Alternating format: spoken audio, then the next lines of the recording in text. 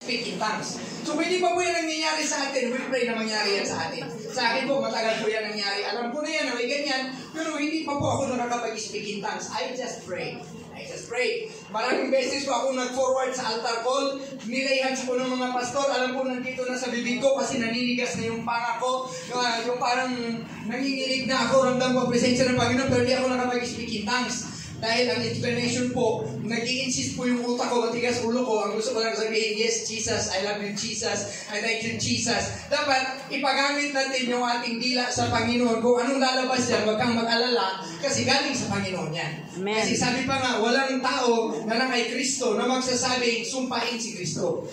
So, we just allow the Holy Spirit to use our tongues, the component of our body, para gamitin sa pagpupuri sa kanyang pangalan, para gamitin sa pananalangin. Kasi po, ang speaking in tongues ay isang uri ng pagpupuri at isang uri ng panalangin. Para sa Panginoon, mga secret things, hindi natin maintindihan. At hindi na rin kailangan intindihin. Sinabi kasi ng Bible yan, that they that speak it in tongues, they do not know what they are speaking, but they are speaking directly to the Lord. Sa pamamagitan ng Holy Spirit na nag-trigger o nag-utsok sa kanya na magsalita. And it is by faith. Bakit? Maniniwala ka ba na sasabihin mo, Shalababa, Kirian, Dalabas? Iisip, ano ba yung meaning ng Shalaba, Karabanda? Hindi mo alam yun. Kaya pag ginamit mo ang utak mo, hindi ka mag-speak in tongues. Pero pag ginamit mo ang faith mo, mag-speak in tongues ka kasi naniniwala ka that it is God who gave you the utterance. Amen? Amen. Mahabang explanation po yan, pero para lang po alam natin, yan po ang isa sa mga palatandaan. Una, magpalayas ng demonyo, mag-speak in tongues, at ang sunod po ay pwedeng ang isang Kristiyano, kung totoo siyang Kristyan, pwede siya makadampot ng ahas, makadampot ng mga makakamandag ng mga hayop, katulad ng gagamba, o kung ano pa ang mga makakamandag, katulad ng alupihan, makakagat ka, ngunit hindi ka maaano. At minsan sabi pa sa Bible, kahit makainom ka ng mga lason ay hindi ka maaano. So, ang ibig kong sabihin dito, isang palatandaan ng isang Kristiyano ay you are protected from dangerous or deadly poisonous animals. You are protected. Amen? Amen. Diba? Hallelujah. Kaya wala tayo dapat ikatakot pag sumama tayo sa evangelism, pupunta tayo sa isang lugar, sabihin, Pastor, yung mga lugar na yan dyan, manglalason pa naman sila. Basta wag mo lang subukan ng Panginoon na ikaw magsubok mismo ng lason. Ang importante, kapag naglilingkod ka sa Panginoon, you are protected from these things. Amen? Okay, at ang isa pang palatandaan, they shall lay hands on the sick and they shall recover. Ang isang palatandaan, ang isang Kristiyano ay magpapatong ng kanyang kamay sa may sakit at ang may sakit na yun ay gagaling. Hallelujah. And remember, ito po ang kauli-ulihang mga bagay na sinabi ng Panginoon bago siya bumalik sa langit. Kasi sabi ng Mark 16:19, so then, after the Lord had spoken unto them, He was received up into heaven and sat on the right hand of God. Pagkatapos niya pong sinabi ang mga ito, si Jesus ay tinanggap sa langit ng Diyos Ama at umupo siya sa kanang bahagi ng trono ng Diyos. Therefore, this is very important kasi ito yung mga huling mga bagay na sinabi ni Jesus bago siya bumalik sa langit. Amen ba? Amen. Hallelujah. Hindi niya sinabi, okay, huwag na lang. Okay, sa Mark 16:20, and they went forth. At yung mga disciples na naiwan ni Jesus sa lupa ay humayo sila at nag-preach. Saan? Everywhere. They preach everywhere. And anong resulta? And the Lord working with them and confirming the word with signs following. Kapag pala nag-ubi tayo sa Panginoon, katulad ng ginawa nila, they went forth and preached everywhere. Nag-preach sila kahit saan. At ang ginawa ng Panginoon, the Lord was working with them and confirming the words that they said. And then with signs following. Pag sinabi ng gagaling ka sa pangalan ni Jesus, gagaling yung mga taong yun. Dahil yun ang pangako ng Panginoon. Amen. Pag sinabi na ikaw ay tatanggap ng pagpapala, ikaw ay lalaya mula sa pagkagapos sa mga gawa ng demonyo, sa mga bisyo, nangyayari yun. The Lord confirming the word with signs following. So kung maghahanap tayo ngayon, paano ba natin makikita na ang tao ay isang Christian? Pag nakita mo to sa kanila, Christian yun. Pero pag wala kahit isang ito, magduda ka na. Kasi pwede kasi sabihin, Christian ako. Pero, hindi naman nagpapalayas ng demonyo. Kaakbay yung demonyo, kainuman pa. Okay? Pagkatapos, hindi naman nag-i-speaking in tongues. Mura tuloy ng mura. Okay? Tapos, pag konting panis na kanin, panis na ulam, sasakitan dyan. O paano yun? Ilaso na nga yung sinasabi na hindi tatalab sa iyo eh. Di ba? Tapos, pag may sakit, takbo kung saan-saan mga tao, saan-saan mga albularyo, o hindi naglilayhan sa mga may sakit. So, dapat gawin natin to kasi it should be natural to us bilang mga Christian. Pero, ito ang sasabihin ko sa ating lahat, hindi po ang pagsali sa isang Christian organization, okay, makikita na ang isang tao itong totoong Kristiyano. Kahit member ka ng isang Christian church, hindi mo masasabing Kristiyano ka na kung hindi mo ginagawa yung mga yun. Bale, sakay sa tama ka lang. Okay, di ba? Kung nandyan yung grupo, pag-grupo, Christian ka kunyari, pag sila yung taas na kamay, taas din kamay mo, parang Christian tingnan. Pero dapat, we go deeper, kung ginagawa mo ba yung mga palatandaan na yun. Bagkus, makikita dapat ito sa mga bagay na kanyang ginagawa. Dapat makikita sa mga ginagawa natin araw-araw kung Kristiyanong gawa ba ang ginagawa natin. Amin ba, mga kapatid? Amen. Kristiyanong gawa ba ang ginagawa natin? Paano na pag may sakit? Anong gagawin natin? O, pag ikaw may sakit, ilahans mo sarili mo. Totoo yan. Kasi mangyayari talaga yan. Pag pamilya mo may sakit, ilahans mo sila. Amin ba? Amen. Okay, so makikita sa gawa. Pag may demonyo, alam mo ba, may masamang espiritu dito, palayasin mo. Huwag mong bigyan ng puting manok, at bigyan mo ng 7 sigarilyo, 7 white rabbit. Di ba? Yun ang ginagawa ng mga tao. Okay, di ba? Amin ba? Familiar ba tayo sa mga ganyan? Familiar. Huwag na natin gagawin yun. That is witchcraft. Hallelujah. In short, mga kapatid, normal lang dapat sa mga Kristiyano. Normal ha? Normal. In short, normal lang dapat sa mga Kristiyano ang pagpapagaling na may sakit. Normal dapat yan sa atin. Nangyayari dapat yan sa atin araw-araw. Kaya natutuwa ako, may mga kapatiran tayo na mag-share na katulad ni Sister Sinda, si TJ, meron siyang sakit, pinag-pray niya gumaling. O ang iba din sa atin, halimbawa, positive yata yun, parang masakit yata yung parte ng katawan niya, pinag-pray niya gumaling. Ganyan yung mga testimony natin, dapat yan ay pansit lang sa atin. Amen? Normal, araw-araw nangyayari kasi yung pansit, parang yung pinakamadaling lutuin pag may event. Pansit. Normal. Amin ba? Pag sampagiti, medyo mahirap na yan. Sampagiti. Okay. So, kailangan maging normal sa atin itong mga bagay na to kasi ito ang palatandaan ng Kristiyano pa. Amen. Amen ba? Amen. Hindi yung tatakbo tayo, hindi naman masama. Payag naman kami doon. Nahanapin ang pastor pag gabi na kasi may lagnat yung anak nila. Hindi naman yun masama. Hindi rin kami tatanggi dyan. Pero dapat mga ganyan, ipag-pray na natin kasi sabi ng Panginoon, sa lahat ng nananampalataya, ito ang palatandaan. Mangyayari ito sa inyo pag naniwala kayo. Mangyayari ito sa amin pag naniwala kami. Amen. Amen. Amen. Hanapin natin ngayon yun. By faith. By faith. Hallelujah.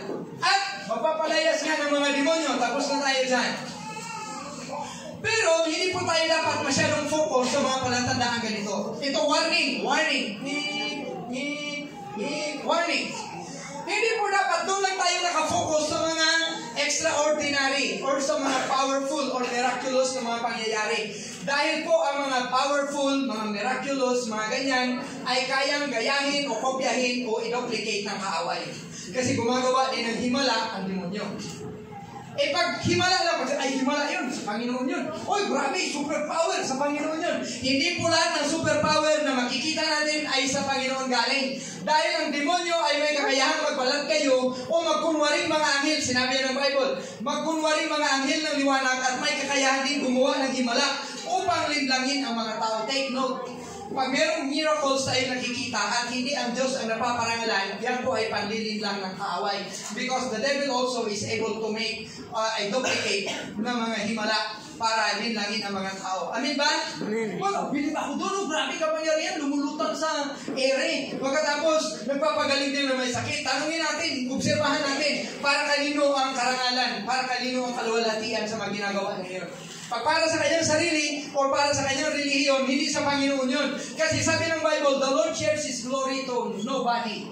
Hindi po sinishare ng Panginoon ang kanyang kaluwalhatian. God shares His blessings, but He does not share His glory to anyone.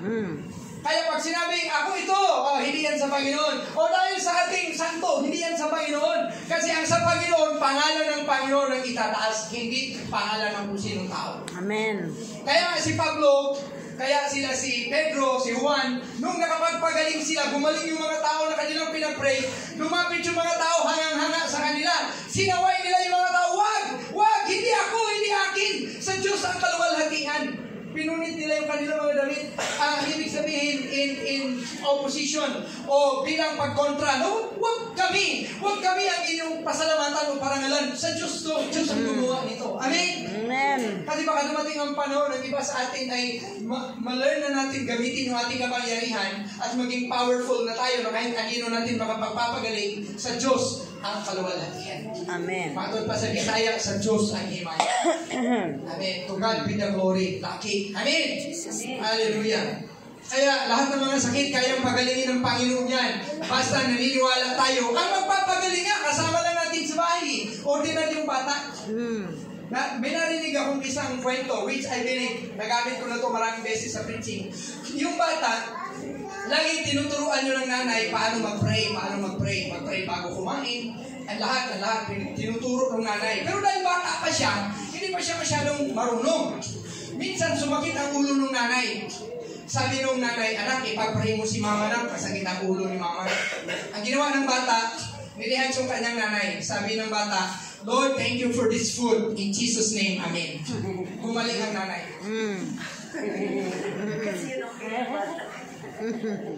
Wala pong formula sa prayer. Kung meron kang faith, pag sinabi mong gumaling, kasi ang sahar ng bata, may sakit ang nanay. Wala mo siyang ibang natutunang prayer. Lord, thank you for this food. Nakipag-pray mo ako. Pinag-pray niya yung bata. Lord, thank you for this food. Pagkain ba yung nanay niya? Hindi naman. Bakit gumaling yung nanay? Dahil sa faith ng nanay at sa faith ng bata. Amen. Kahit bata, pwedeng magpagaling. Amen? Amen. Hallelujah. Pag may mga tayo sa Panginoon. Kaya, these are the signs that will follow. O maraming mga reliyon magsasabi kami, Kristiyano din kami. Kinokontra nila si Kristo. Minamaliit nila si Kristo. Si Kristo ay tao lang. Si Kristo ay hindi Diyos. Maniniwala ba tayo na Kristiyano sila? Tingnan natin ang Bible para hindi tayo malinlang. Amen? Amen. Hallelujah. O yun na nga, nagtatago-tago na ngayon yung isang nagpapakilalang anak ng Diyos daw, appointed. Oo, bakit ganun? May pirma. Amen ba?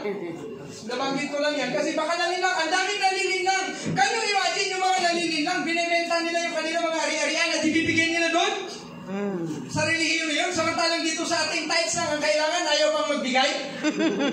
Samantalang doon sa kanila, buong ari-arian. Sila magsisilbi pa sila doon, magpapaboy at magpapamate sila doon.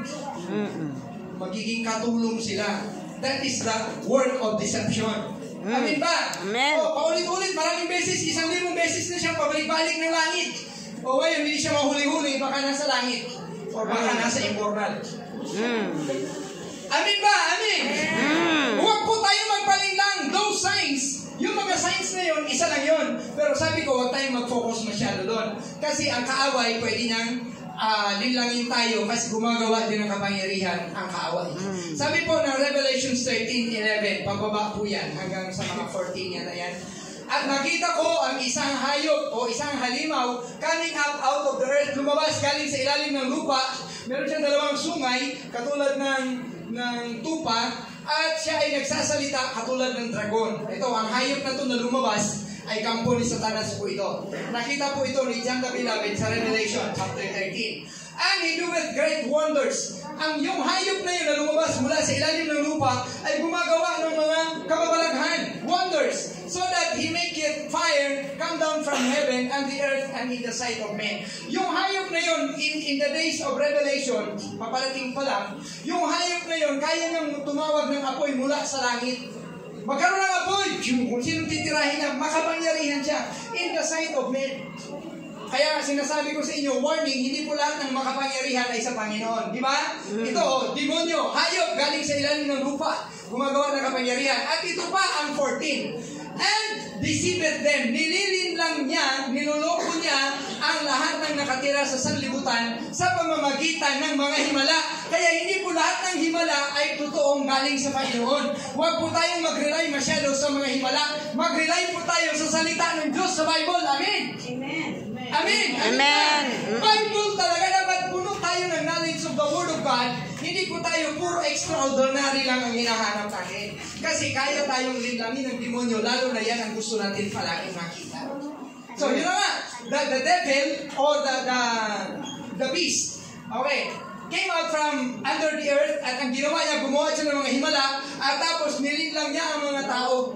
saying to them that dwell on the earth that they should make an image of the beast. Kontra pa ng Panginoon ang mga rebulto, nagutos patuloy itong demonyong to na gumawa sila ng imahe ng beast, ng hayop, which had a wound by a sword and did live. Hallelujah. And he had power to give life unto the image of the beast. Itong hayop na to, espiritu to, na lumabas galing sa ilalim ng lupa, kaya niyang bigyang buhay ang imahe ng hayop. Okay, the image of the beast. The image of the beast should both speak. Kaya nga po, pag ang rebulto ay nagsasalita na, in the first place, huwag po tayong maniwala kasi unang-una, sinabi ng Diyos sa Exodus 20, huwag kayong magkakaroon ng iba pang Diyos maliban sa akin. Huwag kayong gagawa ng mga rebulto katulad o kawangis ng mga bagay na nasa langit sa ibabaw at kawangis ng mga bagay na nasa lupa o sa ibabaw o sa ilalim ng lupa. At huwag kayong luluhod ni magsasamba sa kanila. God is against idolatry. God is against idols. Ang Diyos ay kalaban niya ang mga rebulto. Kaya wag gagawa ng mga rebulto at wag sasambahin ang mga rebulto. Pero dito mga kapatid sa Revelation, yung demonyo gumawa ng rebulto at binuhay niya yung rebulto. At yung rebulto ay pwede nang magsalita. Kapag nagsalita ang rebulto, rebukin mo na, hindi yan sa Panginoon. Amen. For sure. Kasi hindi nagkokontradict ang Bible. Ang Panginoon at ang Bible ay hindi nagkokontrahan. So, ang gusto ng Panginoon nakasulat sa Biblia. At ang nakasulat sa Biblia, yun ang gusto ng Panginoon. Amen? Amen ba? Kasi kung tayo, masyado tayong believe sa mga power o mga himala-himala, pwede tayong malinlang. Believe in the Word of God. Yan po ang sigurado. Believe in the Word of God. Amen ba? Kapag may himala, kapag ang Diyos ay napapupurihan sa himala na yun, sa Panginoon yun. Amen. Pero kapag tao o relihiyon ang napaparangalan, hindi yan sa Panginoon. Amen. Amen. Hallelujah. Because ulitin ko, God shares His blessings to everyone, but God does not share His glory to anybody. Kanya lang ang glory, Kanya lang ang kaluwalhatian. Amen. At ito pa ang ginawa, and cause that as many as would not worship the image of the beast should be killed. So can you imagine the power of that beast? Kapag hindi ka nagsamba sa rebulto, papatayin ka. Dahil may kapangyarihan nga itong rebulto, may kapangyarihan ang demonyo, kinokopya niya ang kapangyarihan ng Panginoon. Amen? Hallelujah. So kung palatandaan na pag-iisipan natin, huwag masyadong maniwala sa kababalagan. Pero, kailangan, ikaw alam mo, na dahil Christian ka, kailangan lalabas sa atin na pwede tayong magpagaling ng may sakit, pwede tayong magpalayas ng demonyo, pwede tayong mag-speak in tongues, at pwede po tayong magpatong ng ating kamay sa may sakit at gagaling sila. So, amen. And then sabi dito, and He caused all, both small and great, rich and poor, free and bond, to receive a mark on their right hand in their foreheads. At ang ginawa ng beast ngayon, hinayaan niya o hinikayat ng mga tao na magpatatak sa kanilang mga noo. Hallelujah, ng tatak ng 666. And that no man might buy or sell, save he that hath the mark or the name of the beast on the number of his name. So mangyayari po to sa nalalapit na panahon in the Great Tribulation. Kaya huwag masyadong believe sa himala, kailangan believe sa salita ng Diyos. Amen? Kasi ang totoo niyan, pag tayo ay totoong Christian, ikaw ang gagawa ng himala for the glory of God. Yan ang sabi ng Bible, these signs shall follow those who believe. No, hindi talaga tama na ang kapangyarihan ng lagi ang magiging basihan natin upang ituring ng isang tao ay lingkod ba talaga ng Panginoon. Amen. Hindi po yun. Ang ating titingnan po ay ang katotohanan, the Word of God. Ang palatandaan ng isang tunay na Kristiyano na tinutukoy ng Panginoon na dapat meron tayo, hindi yung masyadong mga himala, although dapat meron tayo nun. Amen ba? Malinaw ba? Dapat meron tayo nun. Pero ang tinutukoy ng Panginoon na palatandaan kung ikaw ba ay Kristiyanong totoo o hindi, itong nasa John 13:34 and 35. Sabi ng Bible, a new commandment I give you, that you love one another. As I have loved you, that you also love one another. All men, by this all men shall know that you are my disciples if you have loved one another. Take note po, hindi sinabi ng Panginoon, by this shall all men will know that you are my disciples if you do miracles. Sinabi ba? Hindi sinabi na by this all men shall know that you are my disciples if you make the sick heal. Hindi. Pag kinagat ka ng dragon at hindi ka na yun, totoo kang Christian, hindi. Ang sabi ng Panginoon, by this all men will know know that you are my disciples if you have loved one to another. So, ang totoong palatandaan na tayo ay Kristiyano kung marunong tayong magmahal sa isa't isa. Amen. Sabihin niyo po, pagmamahal. Pagmamahal. Marunong dapat tayong magmahal sa isa't isa. Anong klaseng pagmamahal? Hindi natin gawing syuta lahat ng babae o gawin natin syuto lahat ng lalaki.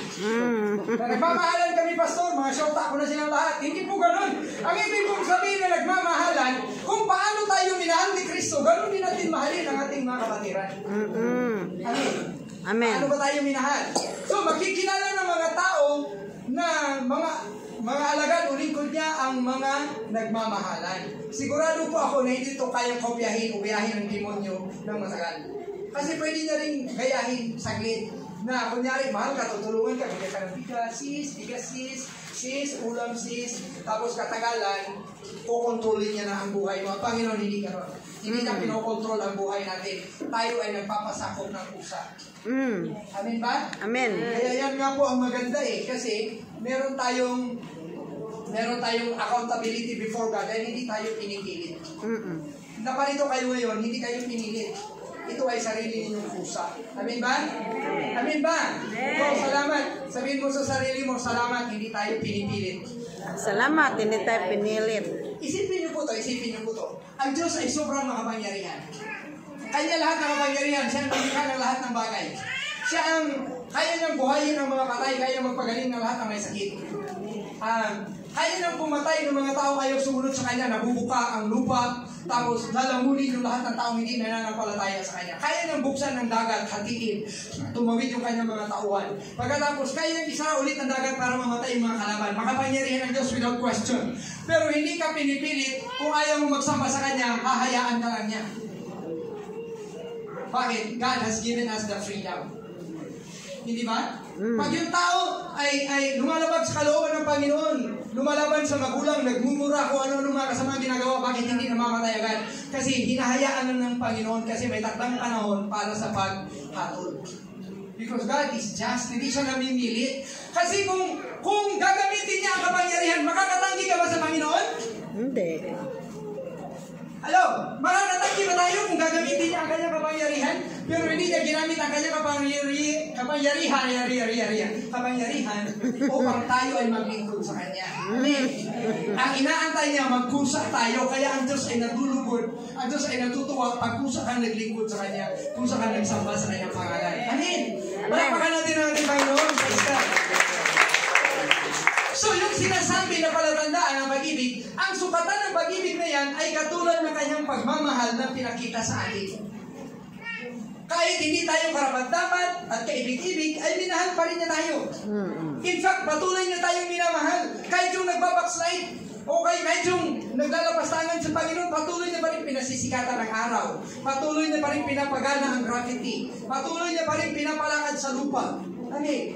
Nakakahinga ng hangin na libre. Because God is good all the time. Amen. Amen. Yan talaga ang katotohanan. God is good all the time. Inalay ng Panginoon ang kanyang sariling buhay, tumagas ang kanyang banal na dugo at namatay siya sa krus upang tayo ay maligtas, gumaling at sumagana sa buhay. Yan po ay kanyang display, public display of God's love for us. Ganyan na pinakita ang pagmamahal natin at yung dapat ang ating gagayahin. Kasi sabi niya, a new commandment I gave you, that you shall love one another. As I have loved you, so you must love one another. And all things, and all men will know that you are my disciples if you have loved one to another. Di ba malinaw? So kung paano ko kayo minahal, ganoon din kayo magmahalan, sabi ng Panginoong Jesus. A new commandment I give you, love one another as I have loved you. Hindi love one another katulad ng pag-ibig ng sanlibutan. Amin ba? Malinaw ba? So kapag hindi yan natin natural na gawain or ugali, pero pag tayo ay nag-umpisang magmahal, we are indeed the sons of God or followers of God. At kahit patuloy tayong nagkakamali, patuloy tayong nagkukulang, patuloy na nagkakasala sa Kanya, ay patuloy na pa rin tayong pinapatawad, minamahal at binibigyan ng pagkakataon. Hallelujah! Gayahin po natin yan na tayo na pag-ibig. Amen. Meron pong isang katangian ng pag-ibig. Sabi nun sa 1 Corinthians 13, that love keeps no record of wrong. Sabihin niyo po, keeps no record of wrong. Keeps no record of wrong. Seryoso, sabihin niyo po yan, keeps no record of wrong. Keeps the record of O, wrong. Tagalogin natin, hindi naglilista ng kamalian. Sige. Hindi naglilista ng kamalian. Tapos, tanongin natin sarili natin kung may pag-ibig pa tayo. Amen. May pag-ibig kaya tayo? Pag nagkamali yung pamilya natin o kasama natin sa bahay, May listahan. babasahan agad natin ng listahan. Noong 1941, oh! Noong 1942, sinigawan mo ako. Noong 1944, hindi mo ako pinakain. Hindi tayo nagmamahal kung ganun. Kasi ang pagmamahal keeps no record of wrong. Sabi niyo po, keeps no record of wrong. Keeps the record of wrong. Pag humingi na ng tawad, burahin na. Ganyan ang Panginoon magpatawad. When God forgives, He forgets. Amen. When we forgive, we remember. Kaya, nabibigatan yung puso natin kasi pag nagkasala ulit, babalik tayo sa listahan. 1941, 1942, ang dami mo ng kasalanan, punong-puno na ang listahan, back-to-back na yung yellow pad. Amin ba? Amin ba? Amen. So, matuto tayo pag humingi na ng tawad at nagpatawad na tayo, kalimutan na natin. Amin ba? Amen. Ganyan ang ugali ng Panginoon. Gayahin natin. Hindi ko yan kaya, hindi ko pa rin yan nagagawa, pero pipilitin kong gawin. Marami na din akong pinatawad. Kinalimutan ko na yung kanilang mga kasalanan. Matuto po tayong magpatawad. Amin. Lalo na mga kasama natin sa bahay. Amin ba? Amen. Kahit ilang beses tayo nagkasala sa Kanya, basta't humingi lang tayo ng kapatawaran, ay pinapatawad pa rin.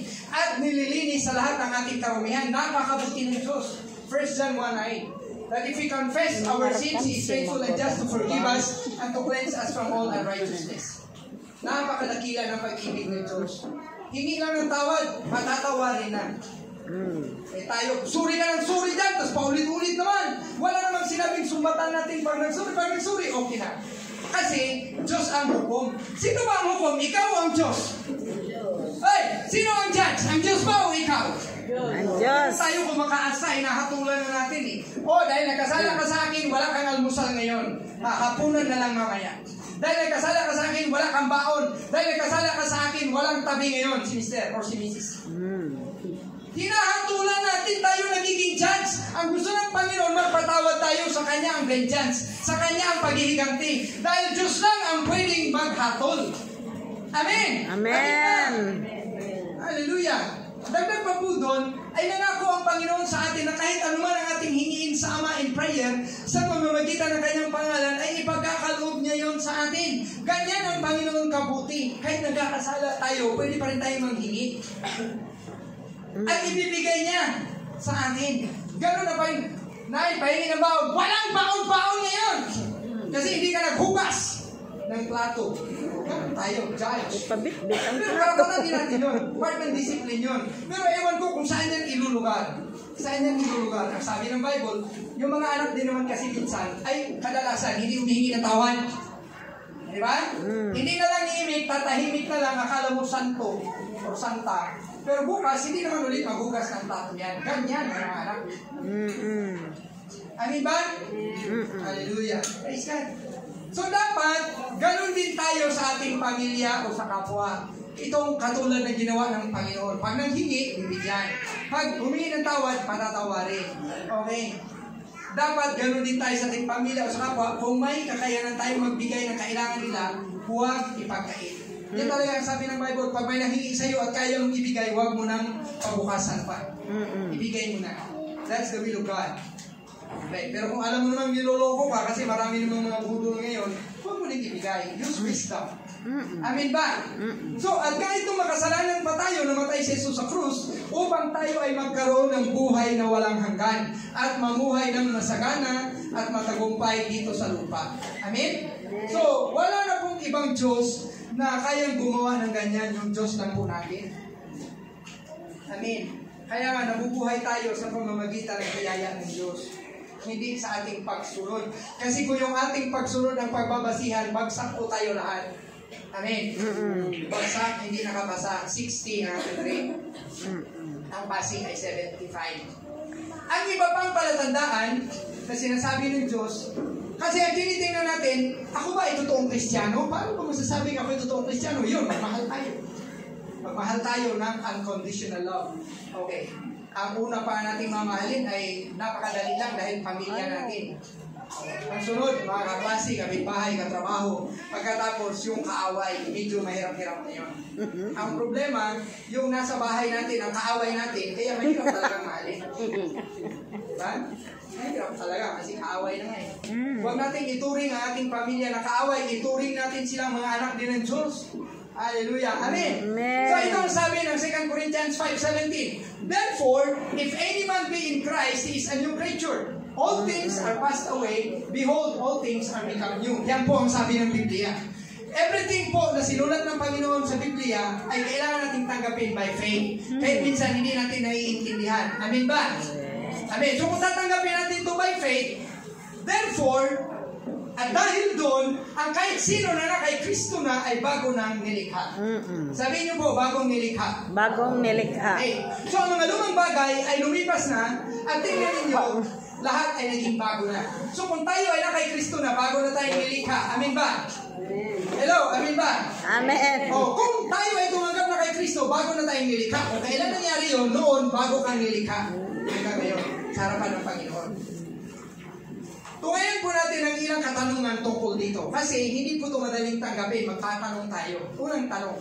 Kung ang tao po ay kay Kristo na, bago na siyang nilikha, bakit siya ay patuloy pa din nagkakasala?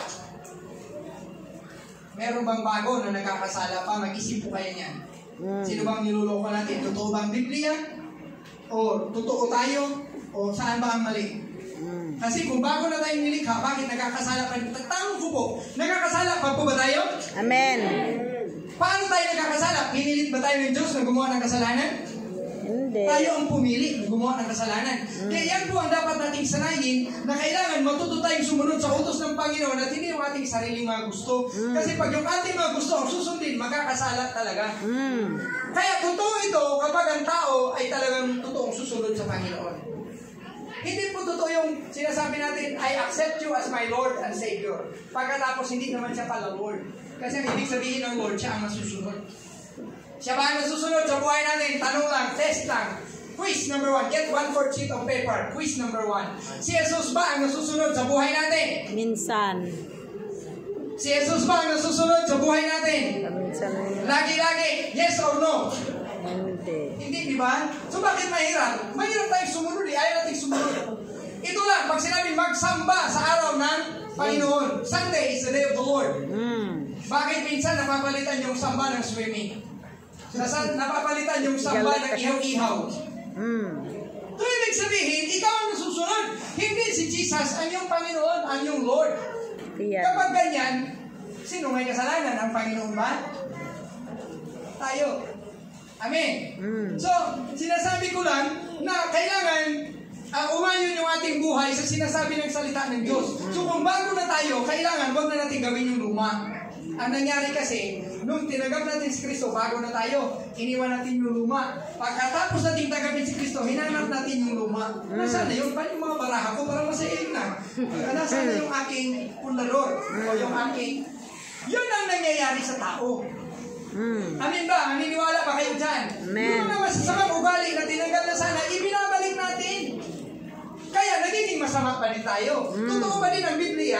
Tayo ang nagkakamali. Amen. Amen. Oh, another question. If all things are passed away, kung yung mga lumang bagay ay nawala na, lumipas na, like bad habits and foul attitudes, yung mga maling kaugalian at yung mga masasamang asal, kung yan ay tinanggal na, why do Christians struggle with sins like lying? Diba? Yung pagsisinungaling, masamang ugali yan. Yung disobedience, yung kawalan ng pananampalataya, unbelief, galit, at yung mga pita ng laman, hindi pagpapatawad, at mga sexual immorality. Bakit nag-struggle pa din ang Christians dyan? Dahil ang totoo, binalikan natin. At dinampot natin ulit. Yan po ang totoo kasi tinanggal na eh. Pero binalikan. At dyan din natin makikita na ang demonyo nakakakilala sa atin. Ang i-offer sa iyo ay yung kahinaan mo. Ang i-offer sa iyo ng demonyo para matuksuhin, di ba? Gagamit siya ng mga kapangyarihan, mga himala, kababalaghan, para malinlang ka. Gagamitin niya yung kahinaan natin. So, paano po natin ipapaliwanag to? Ito pa, pangatlo, tanong. Kung may nabago man sa buhay ng isang tao na sa kay Kristo na, ano po ang mga yon? So ano po ang nabago sa buhay natin? Para makita natin na totoo itong mga Okay. So, yung iba, nagsasamba na ngayon sa born again na church. Praise God! Pagpatuloy natin yun. Yung iba, nagbabasa na ng Bible kusa, kahit walang nag-uutos, kahit walang taong nakatingin.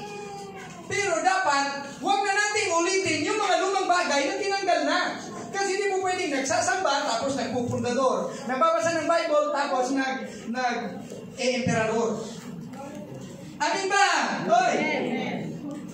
Malinaw, di ba? May responsibility tayo. So, pang-apat na tanong, ano naman ang masasabi natin sa mga taong matagal ng Kristyano, pero hindi naman nakikitaan ng magagandang gawa, asal, ugali, at pananalita? So, dapat dito tayo dapat, kumbaga sa Bisaya pa, mahirap mo. Kung saan naman natin kung wala din tayo na diay na bago. So, anong gagawin natin kung hindi talaga tayo nagbago? Tayo pa ang lugi pagdating ng panahon. Kasi remember, meron pong versikulo sa Bible nagsasabi sa Matthew 7:21, hindi lahat ang nagsasabi, Panginoon, Panginoon, ay maliligtas, kundi sila lang na gumagawa sa kalooban ng aking amang nasa langit. Amin mga kapatid, hindi po sapat yun na pumapasok tayo sa church, hindi po sapat yun na gaya-gaya tayo sa ginagawa ng iba sa church, pero yung totoong buhay natin ay hindi na bago, magbago po tayo. Amen. Amen. Amen ba? Amen. Ang motivation natin sa pagbabago, dahil kung hindi tayo magbabago, hindi tayo makakapasok sa kaharian ng langit. Galatians 5:21. And they that doeth these things shall have no part in, walang bahagi sa kaharian ng Diyos. Shall have no part in the kingdom of God. Ano yun? Lasciviousness, adultery, fornication, so lahat pa, kinis. So lahat ng mga kasalanan na yun na nasa Galatians 5:19-21, ang lahat ng gumagawa nito, sabi ni Pablo, paalalahanan ko kayo ngayon, katulad ng pinapaalalahanan ko kayo dati, na ang mga gumagawa ng mga ganito ay walang bahagi sa kaharian ng langit. Gusto ba nating mapunta sa langit, mga kapatid? So mamili ka, langit, o itong mga masasamang gawa. Iiwan dapat ang mga masamang gawa. Dito tayo magtutulungan. Pero huwag kayong magalit sa amin kung lagi tayong napagsasabihan. Amen. Amen. Kung ako lang mga kapatid, kung gusto ko lang maging masaya, nakikinig ba kayo dyan? Kung ako lang, kung gusto ko maging masaya tayo, pabayaan ko na lang kayo. Basta friend tayo. Di ba? Parang pakialaman yan si brother ko. Okay, huwag mong pabayaan mo na si Ma'am Jerry. Pabayaan mo na yan. Basta friend lang tayo. Hindi po ako papayag na ganun. Kasi may sagutin po ako sa Panginoon. Pag pinabayaan mo kayo, hindi ko kayo pinagsabihan. At kayo naman, magalit na kayo kung magalit kayo, basta pinagsabihan kayo sa church na to.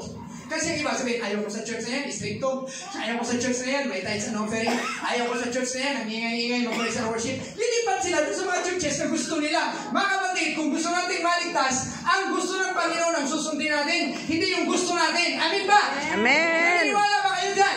Amen. Dito pag napagsabihan na stricto si pastor at tinamaan ako, pumunta ka dun sa church na hindi ka tinatamaan. Pag-impyerno talaga yun. Kasi kahit malinaw na gumagawa ka ng kasalanan, hindi ka sinasaway, hindi ka pinagsasabihan, di impyerno ka talaga, pinapaypayan ka pa. Sige, go ahead, Brad. Tuloy lang. Tuloy lang. Tagay mo, Brad. Diba?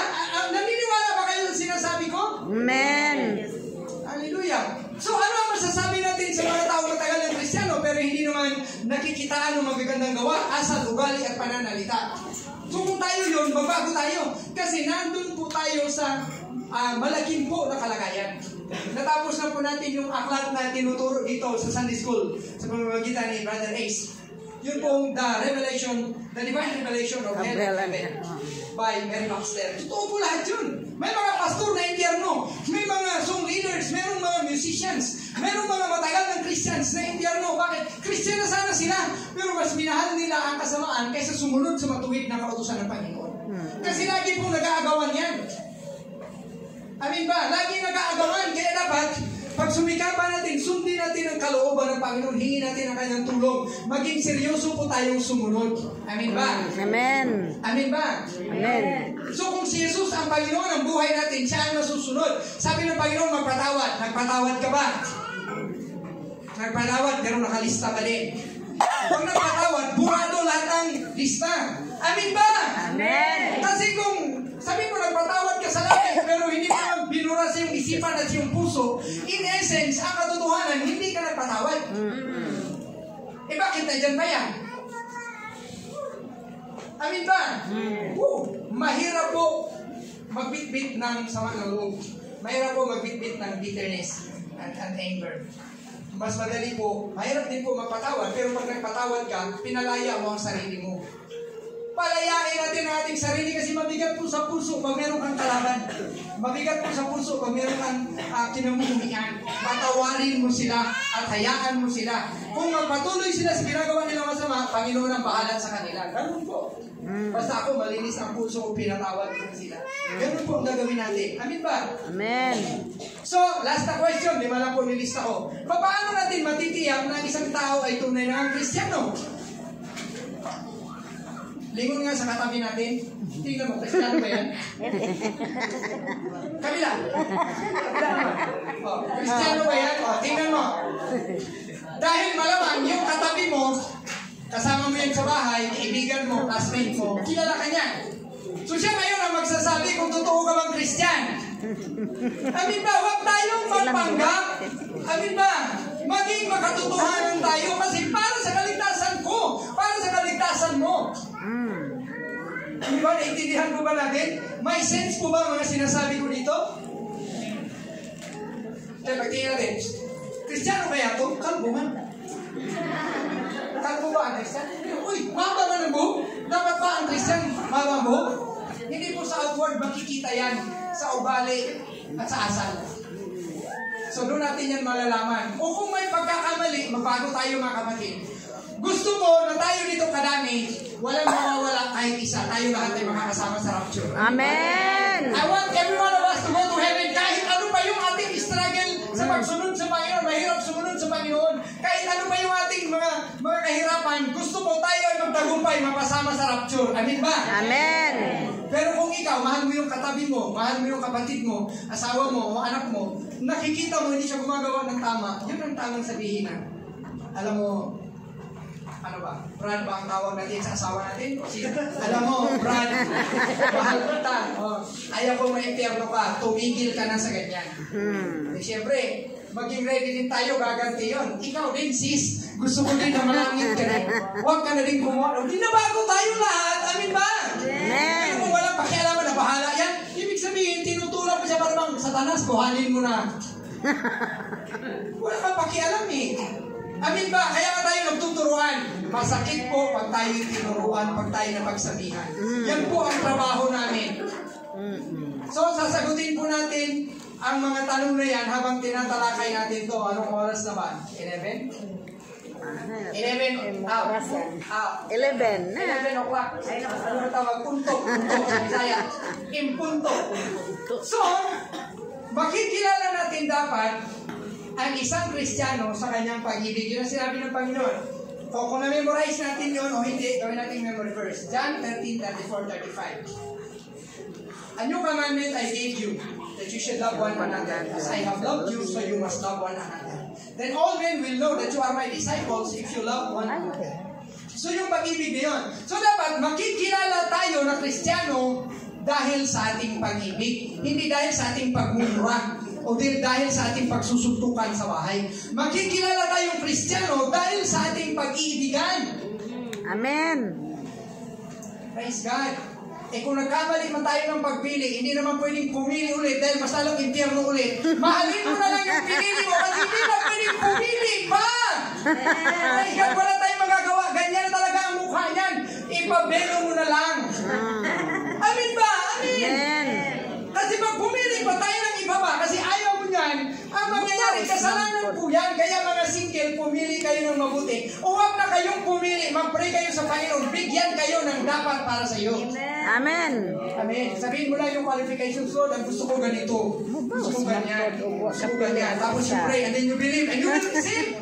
Kasi kung meron ka ng kapartner, mahalin mo yan. Pag-iibigan tayo dapat, makikilala na tayo ay Kristiyano. Amen. Amen ba?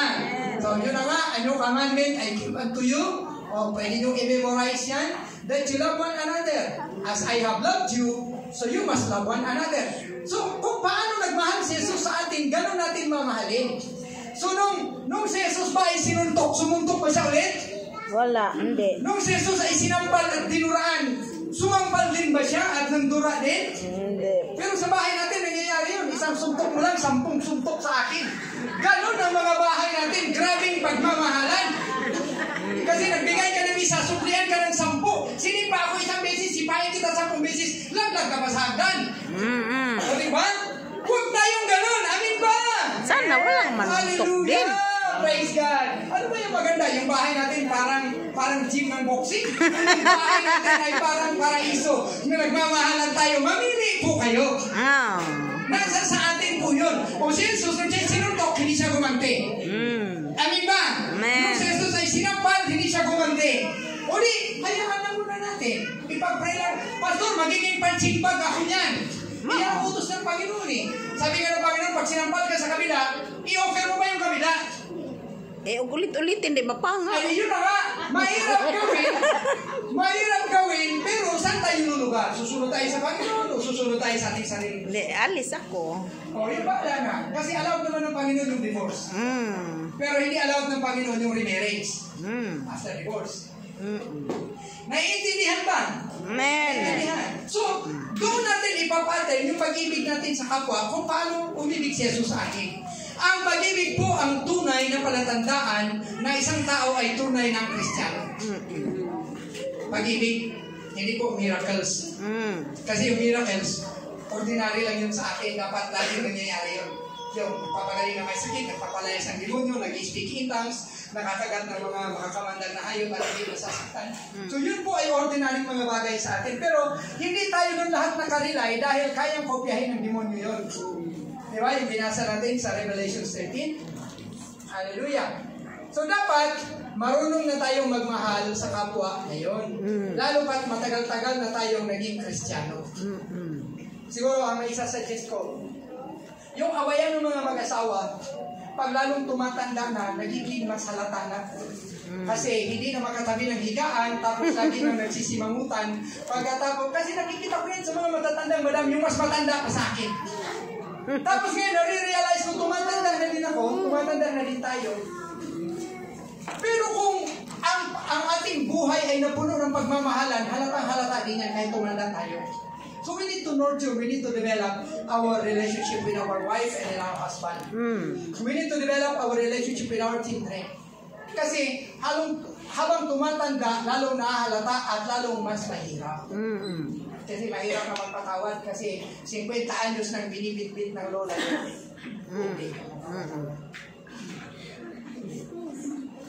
Sabi na ng lolo, hindi ko din naman tatawad. Parehas na sila ng screensaver, parehong hindi nagpapatawad. Ano mangyayari? Gusto ba natin ending natin impyerno? Ganun naman talaga. Maraming beses sa Bible mababasa natin in Matthew, Mark, Luke, and John. Sabi doon, Father God, forgive us our sins as we forgive those who sin against us. Kasi pag hindi din tayo nagpatawad sa mga kasalanan ng iba sa atin, hindi din tayo patatawarin ng Diyos sa kasalanan natin sa Kanya.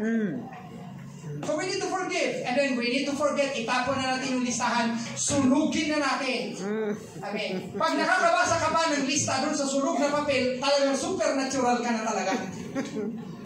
Abo na yung papel, nababasa mo pa yung sulat. Memorize na. Sunugin ang puso. Kasi nakalagay sa puso yung mga listahan eh. Amin ba?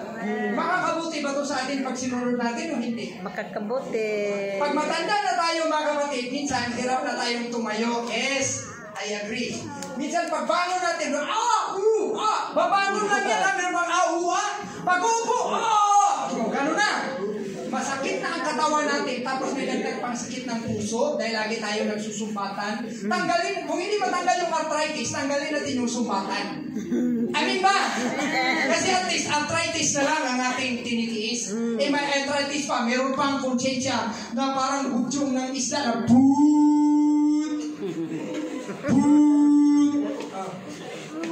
Walang fatigue. Tapos pag namatay na, tulungan na sa kawaw, iiyak na.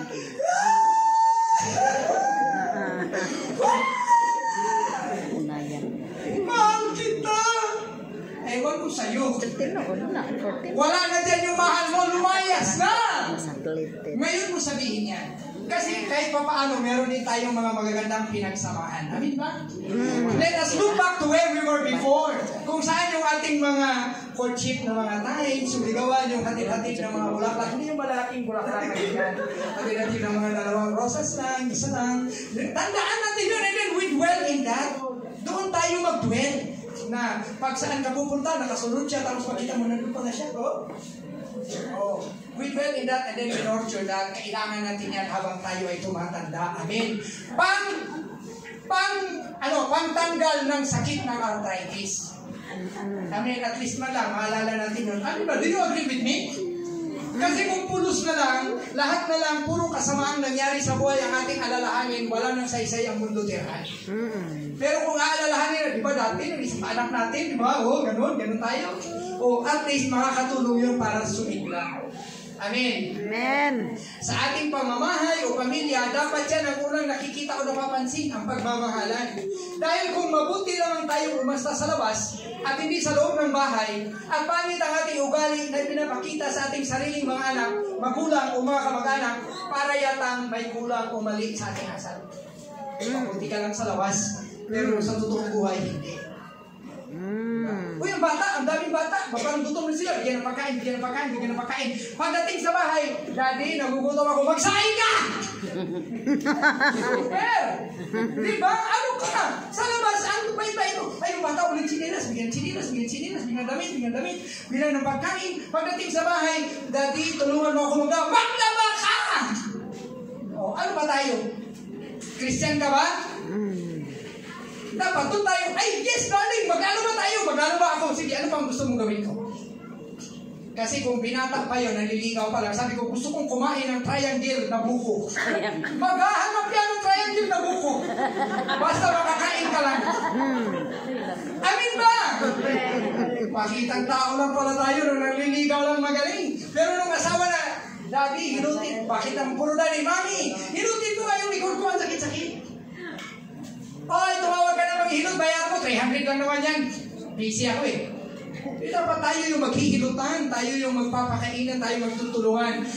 Turo ko to sa mga nakababata, gawin natin to. Sasaya ang buhay natin kahit matanda na tayo. Amen. Amen? Amen ba? Pagmamahalan sa pamilya, maliliit na bagay, makikita yan. Baka tayo po ay nagbabalat kayo lang kung yung ginagawa natin ay yung sinabi ko kanina, nagkukunwari lang, bless, please. Check this out. Nauna kasi yung check. Bless. Amin ba? Amen? May natututunan ba kayo dyan? Meron. Pag ako po nag-preach, ayaw ko po maging entertainer. Gusto ko po magbahagi ng katotohanan. Pero kung natatawa kayo, masaya kayo, praise God. Sabi ng Bible sa 1 John 4:8, He that loveth not knoweth not God. Siya na hindi umiibig, hindi nakakakilala sa Diyos, for God is love. Ang tao hindi marunong magmahal o umibig sa kapwa, katulad ng pag-ibig ng Diyos sa atin ay hindi nakakakilala sa Diyos. O paano mo sasabing born again ka? Kasi ang born again nakakakilala sa Diyos. Ang born again ay niligtas ng Diyos. Tapos hindi ka marunong magmahal sa kapwa, peke ka. Amen. Hallelujah. Kaya sabi, hindi ko matandaan ang verse ngayon kasi hindi ko man sinali sa listahan ko. Sabi ng Bible, guard your heart for how you meet the issues of life. Kailangan bantayan natin yung ating puso. Ang dapat nandyan, pag-ibig, pagmamahal, pagpapatawad, pagpapasensya, mag-aaruba, iniisip mo anong makakabuti sa mahal mo. Yung dapat ang laman niya, hindi yung isang magkamali ka lang ulit. Itong kaldero na itong isusumbrero mo talaga ito. Ganun. Amin ba? Hallelujah. Sabi pa ni Diyos, Sino Plantis, do not cut me out when I am preaching good. Huwag niyo akong putulin habang nag-preach tayo ng maganda. Ito ba? Hindi po pwedeng baliwalain ang utos na to. Maaaring iba-iba ang ating pagsasakatuparan o pag-i-implement o pag-i-express ng pag-ibig na to. Ang mahalaga, magmahalan tayo. Amin ba? Ang mahalaga, magmahalan tayo. Sa bahay talaga mag-uuna. Sa bahay. Alam niyo ba yung kalapati? Sino ito nag-aalaga ng kalapati? Amen. Yung totoong kalapati ay ibon. Dati. Yung kalapati naglalakad. Pangit siya.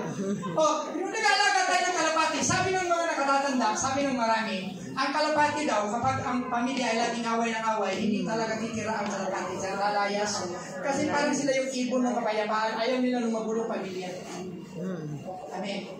Bahala na kung paano yung pag-express natin nun, kailangan manahan ang Holy Spirit sa ating pamamahay. Hindi natin binubugaw. Kasi kung umaga pa lang nagmumurahan na tayo, paano mananahan ang Holy Spirit sa ating bahay? Sa ating puso. Kasama natin dapat ang Holy Spirit, ang Diyos palagi. Mangyayari lang yan pag nagmahalan tayo. Mga kapatid, hindi po mahirap mahalin ang pamilya kasi pamilya mo yan eh. Mahalin natin sila, yan ang utos ng Panginoon. A new commandment I give you, love one another. Pag hindi tayo nagmahal, hindi tayo nakakakilala sa Diyos. So, pagmamahal na katulad na ginawa ng Panginoon sa atin, ang siya rin dapat natin gawin sa ating kapwa, sa ating pamilya, sa ating bahay, sa kaklase, katrabaho, kahit pa sa kaaway, kung kakayanin natin. Kasi yan ang utos. At yan ang palatandaan na Christian talaga yan kasi ang babait. Christian talaga yan kasi mabubuting tao. Sabi, dyan ba yung Christian? Ang gabi, grabing suntok pa nila kagabi, naglipat yung mga plato nila sa kanilang mga bintana. O, di ba? Ang pangit tingnan. Amen. So, ang pagpapakita ng pagmamahal, hindi po pagpapakita ng pagmamahal ang pagmamalupit. Ang pananakit, pag-aapi, panlalamang, pandaraya, panggugulang, at pagpapahirap sa ating kapwa. So kung sabi mo, nagmamahal ka, pero minamalupitan mo, sinasaktan mo, inaapi mo, hindi ka nagmamahal. Ang totoo niyan, hindi ka nagmamahal. May sagutin tayo sa Panginoon yan. Ang pagiging makasarili ay hindi rin pagmamahal, ayon sa salita ng Diyos. Sabi nga ng Bible, unahin natin yung iba. Amen. So yun po ang kaugalian ng kaaway. Kaya kung nagkamali man tayo, lahat ng tayo nagkamali dyan, hingihan po natin ang tawad. Amen ba? Kasi ganun ang Panginoon eh, laging may patawad. Ganun siya nagmahal sa atin. Ganun din tayo magpatawad sa iba. Amen ba mga kapatid? Are we willing to do that? Kasi otherwise, walang pagbabago mangyayari sa bahay natin. Walang pagbabago mangyayari sa ating mga buhay kung hindi tayo mag-a-adjust. So para puto sa iyo at sa kanilang kapakanan. Amen. Amen ba? Marami pong mga pangit na consequences ng kasalanan na ayaw nating aminin at pagdaanan. Ayaw natin yun. Pero pag hindi tayo tumigil, kakainin natin yun. Di ba sabi ng Bible, life and death is in the power of the tongue? Ganon din yung ating mga ginawa. Ang ating mga ginawa ay may consequences. Sabi pa sa Bible, your sin will find you out. So yung ginawa mo kasalanan, magbubunga yan at babalik sa iyo yan. Babalik sa atin yan. Amen. Ako gusto ko pagkatapos itong preaching na to, mag-rapture na kasi pwede tayong magsisi ngayon, di ba? Di ba? Kasi kinokorek tayo ng Panginoon eh. So ganito po tayo dapat magmahal. Ito na lang ang tatapusin ko pagkatapos nito, tigil na tayo. Paano tayo magmahal? So sabi ng Bible, charity or love, suffereth long. Tiisin natin. Magtiis tayo para sa ating mga mahal sa kapitay. And love is kind. Maging mabait tayo. Love envieth not. Ang pag-ibig ay hindi mainggitin. Siyempre, inggit. Tapos, ang pag-ibig ay counted not itself. Hindi po mamataas sa kanyang sarili. Okay? At ang pag-ibig ay hindi mayabang, not puffed up.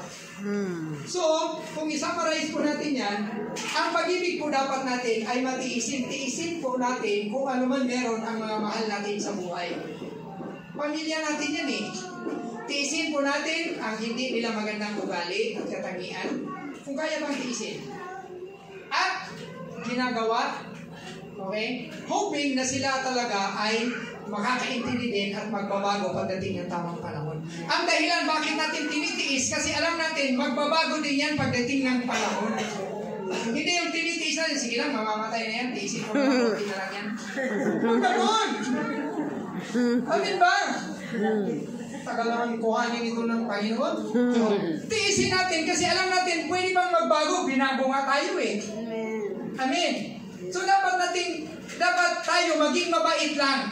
Maging mabait lang tayo, lalo-lalo na sa ating sariling pamilya. Kasi in practical sense, pag tayo pa tumanda na, pag tayo namatay, wala pong maglilibing sa atin maliban sa ating pamilya. Amen. Maliban na lang kung mabuting tao ang barangay. Kasi papalibing tayo ng kapitan. Pero ang totoo niyan, yung ating pamilya ang talagang aako sa atin pag tayo ay kinuha lang. O vice versa, kung sila din ay kuhanin na. Pamilya natin eh. So maging mabuti na lang tayo sa kanila. hindi po yata natin, kung hindi po natin nasunod ang utos na umibig, kung wala tayong naipapakita ang kabaitan. Maging mabait lang. Ako naniniwala, tayo lahat ay may kapasidad na maging mabait. Tayo lahat ay may kapasidad na maging mabuti. Sabihin niyo po yan sa katabi mo. Mabait ka, Brad. Mabait ka, sis. Mabuti kang tao. Mabait ka, Brad. Mabait ka. Kasi pinago tayo ng Panginoon. Meron tayong Dalawang mabait kabutihan. dyan. Mabuti tayong tao. Kaya natin maging mabuti. Amen. Pero kaya rin natin maging masama. Depende kung sino susundin natin. Sumunod tayo sa Panginoon. Kaya natin maging mabuti. Umpisahan natin ngayon. Amen ba? Pagsumikapan po natin na maging katulad sa Panginoon. Hallelujah.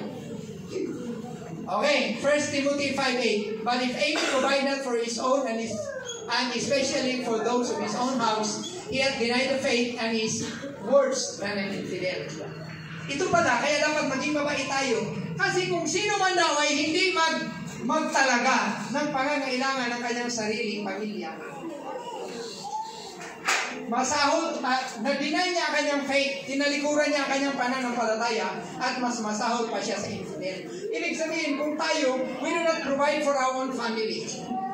Kaya pumunta kayo sa mga lola ninyo, wala kayo doon, o doon sa mga ninong nyo, doon kayo kumain, wala akong pagkain dito. Pero kahit meron ka, if you do not provide for your own, sabi ng Bible, you have denied the faith. Hindi ka totoong Christian kung Christian man ang pananampalataya natin.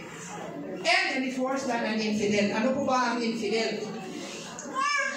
Ang tao hindi nagkakandili o nagpo-provide sa kanyang pamilya ay hindi may tuturing na Christian.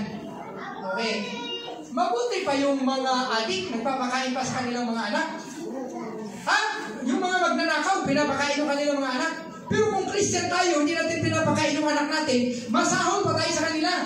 Masahol pa tayo sa infidel. In fact, higit pa tayo doon sa infidel na sinasabi ng Bible. Ano ba ang infidel? An infidel is a person who is accused of disbelief in the central tenets of one's own religion. So, infidel ang tawag sa iyo kung hindi ka na sumasang-ayon sa ating Christian faith. Hindi ka na nananampalataya, you are an infidel. Tapos, member ka na ng ibang katuruan, ng ibang relihiyon. Yun ang infidel. Siguro member ka na ng ISIS o member ka na ng Hamas.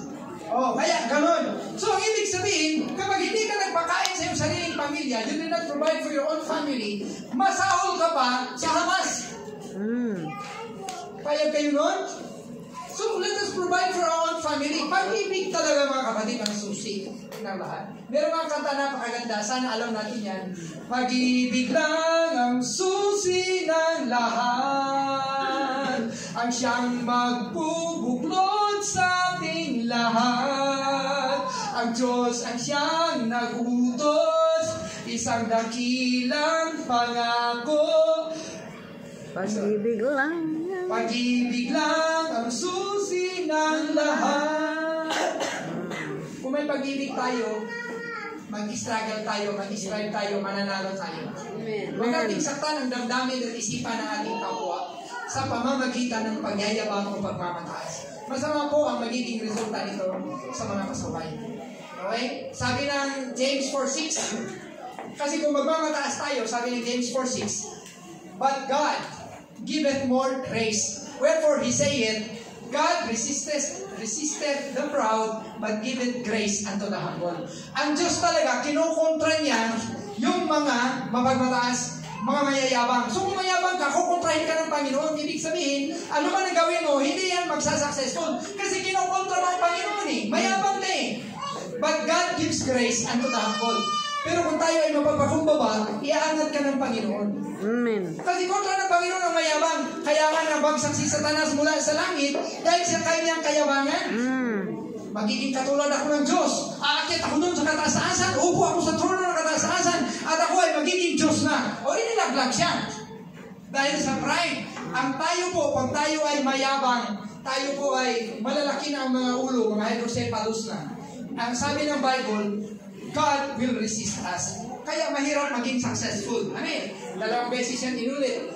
Sa 1 Peter 5:5, likewise, you younger, kayong mga kabataan, magpasakop kayo sa mga nakatatanda. Yeah. Kayong lahat ay dapat magpasakop sa isa't isa. At isuot ninyo ang pagpapakumbaba. For God resisted the proud and giveth grace to the humble. Dahil ang Diyos talaga ay kumukontra sa mga mayayabang, ngunit magbibigay ng biyaya para sa mga mapagpakumbaba. Amen. So, pumili ka. Kalaban mo ang Diyos o kakampi mo ang Diyos? Kakampi. Kung gusto mo kakampi natin ng Diyos, magpakumbaba. Panginoon, wala po akong alam, tulungan niyo po ako. Lord, hindi ko to kaya ng ako lang. Tulungan mo po ako. Kaya ko daw, ginawa ko na ito dati. Wala nito mga kasama ko, mga bubulan yan. Ako lang ang alam. Mga mukha niyan. Wala sinabi yan. Ako. Hindi katagalan, lampak ka sa baba. Huwag mayabang, huwag mapagmataas. Amen. Ang pag-ibig na dapat natin ipakita sa ating kapwa o ipamuhay ay dapat hindi pastos. Nandun pa rin yan sa 1 Corinthians 13:4 pababa. Diba? Love is, and so on and so forth. So dapat hindi tayo magpakita ng kabastusan. Hindi din dapat makasarili. Hindi yung sarili lang iniisip, gusto ko ito, dapat para sa akin ito. Magtrabaho kayo lahat dyan, ako nakaupo lang. Kasi ako ang hari. Walang nang ibang iniisip ko na ang sarili lang. Hindi po ganun ang pag-ibig. Ang pag-ibig po, nagmamahal. Ay, ako na bahala na, ako na maghugas plato na. Yung anak naman, dahil nagmamahal din, ay, pabayaan mo maghugas ako ng plato. Huwag niya tayo sa bahay, napakaganda. Hindi yung inuunod na yung ating lababo, wala talaga naghugas kahit isa. Yung tanod na ang pupunta, maghugas ng plato. Payag kayo sa ganon? Umakyat yung barangay tanod, naghugas ng plato kasi yung uod dating lababo, umaabot na sa mga kapitbahay. Dapat, ganon. Amin ba? Amin ba? Oh, praise God. Hallelujah. Kailangan hindi rin magagalitin. O hindi hambog, hindi mayabang, at sunod, hindi rin magagalitin, hindi bugnutin at napakadaling magalit, o laging naiinis, o laging galit. Hallelujah. Bakit pa naman yung iba, ang agang nagminupos, 20 anyos pa, magagalitin na. Minupos na. O, di ba? Hindi po tama ang ating pamumuhay kung tayo po ay laging galit. Kahit kanino, o lalo-lalo na sa ating sariling pamamahay o pamilya. Kung meron man po tayong ugaling ganito, dapat ipabago na sa Panginoon. Bago tayo mag-uwian o bago mag-rapture. May narinig po akong wisdom galing po sa mga nakatatanda. Buwisit daw po yung laging away ng away. Narinig niyo po ba yan? Mga Pilipino tayo eh. Huwag kayong away ng away kasi lalayas ang grasya. Totoo po yun. Kasi pag ang pamilya away ng away, ang aalis hindi grasya, ang Holy Spirit aalis sa ating pamamahay. Ang resulta, pag laging away ng away, malas ang mangyayari kasi wala ng Holy Spirit sa bahay. Sino bang matutuwa na umagat, hapon, gabi, tanghali, puro away? Amin ba? So kung gusto pala natin makipag-away, sana nag-training tayo mag-boxer, kikita tayo ng malaki kung katulad na tayo nakakaw. O kundi nag-aaral tayo ng gymnastic, gulong-gulong tayo sa kalsada, maging katulad tayo ni Yulo, kikita tayo ng malaking pera pag gulong-gulong lang, di ba? Hindi! Hanggang bahay na yung ating away, kaya buwisit, lalayas ang Holy Spirit, walang pagpapala. So mamili tayo. Kahit anong sikap natin, kung puro naman away, sikap tayo ng sikap, dala tayo ng biyaya, away naman ang away, talsik naman yung lahat ng biyaya. Ano ginawa natin? Amen. Nandiyan pa ba tayo? Amen. Mahal niyo pa ba ako? Ako pa rin ba ang pastor dito bukas? O yun ang gusto ng Panginoon eh. Turuan tayo. Pati kami, turuan kami. Walang exempted dito. So kailangan din po na hindi tayo mag-isip na o mag-imagine ng masama laban sa kapwa. Sana mamatay na yan. Sana mahuli na yan. Sana matukpak na yan. Huwag tayo mag-isip ng masama sa ating kapwa dahil ayaw ng Diyos na mag-isip tayo ng masama laban sa kapwa. Diba? Merong sinasabi sa Philippians, whatever is good, whatever is lovely, whatever is holy, whatever is a good report, think about such things. O, yun ang isipin natin. Hindi po natin dapat ikinatutuwa ang kasamaang ginagawa o sinasapit ng iba. Halimbawa, napasama si brother o si sister o sino man, hindi natin yung dapat ikatuwa. Kahit may utang pa yan sa atin, hindi nagbabayad. Lahat, akma yun na, nangyari na. Hindi kasi nagbabayad. Magkano ba utang? 200 lang naman. Tapos kung tuwa ka, na-disgrasya. Kasi magagalit ang Panginoon sa atin. Amin ba, huwag mag-isip ng masama, huwag ikatuwa ang kasamaan na nangyayari sa iba. Huwag po tayong sobrang bitter at inggit. Magkaroon din po tayo, dapat, magkakaroon din po tayo pagdating ng panahon. Amen. Dahil tapat ang Panginoon. Huwag tayo maging masaya kung napapasama yung mga kapatiran natin. Madali lang pong sukatin ang huling sinabi ko. Madali lang sukatin, ganito. Kung ikaw ba ang gawa ng ganon, matutuwa ka ba? Yung sinabi ko. Halimbawa, kung ikaw ang batuhin, bastusin, saktan, ipahiya, ulaitin, matutuwa ka ba? Hindi. Hindi, di ba? So, ang gawin natin, huwag mo rin bastusin, huwag mo rin batuhin, huwag mo rin saktan, ipahiya, ulaitin ng iba. Kasi hindi ka pala masisiyahan sa ganun, hindi rin sila masisiyahan kung gawin mo yun.